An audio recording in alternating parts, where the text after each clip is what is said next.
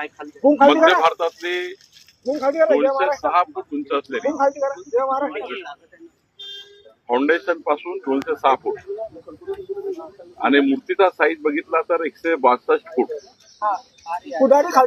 अशी हनुमंतरायाची मूर्ती विराजमान झालेली आहे। आता मूर्तीचं जे अंतिम काम आहे ते सुरू आहे। देशाचे गृहमंत्री अमित शहाजी यांच्या हस्ते या मूर्तीचा जो उद्घाटन सोहळा आहे तो या ठिकाणी होणार आहे, लोकार्पण सोहळा होणार आहे। आणि ही मूर्ती ज्या व्यक्तीने बनवलेली आहे श्री माटुराम ते या ठिकाणी आहेत, त्यामुळे माटुरामजी आपल्याला संपूर्ण याबद्दलची माहिती येतील। यावर आता सेवंडीचं या ठिकाणी आम्ही हनुमान चालिसेच्या माध्यमातून प्रोजेक्शन करतोय।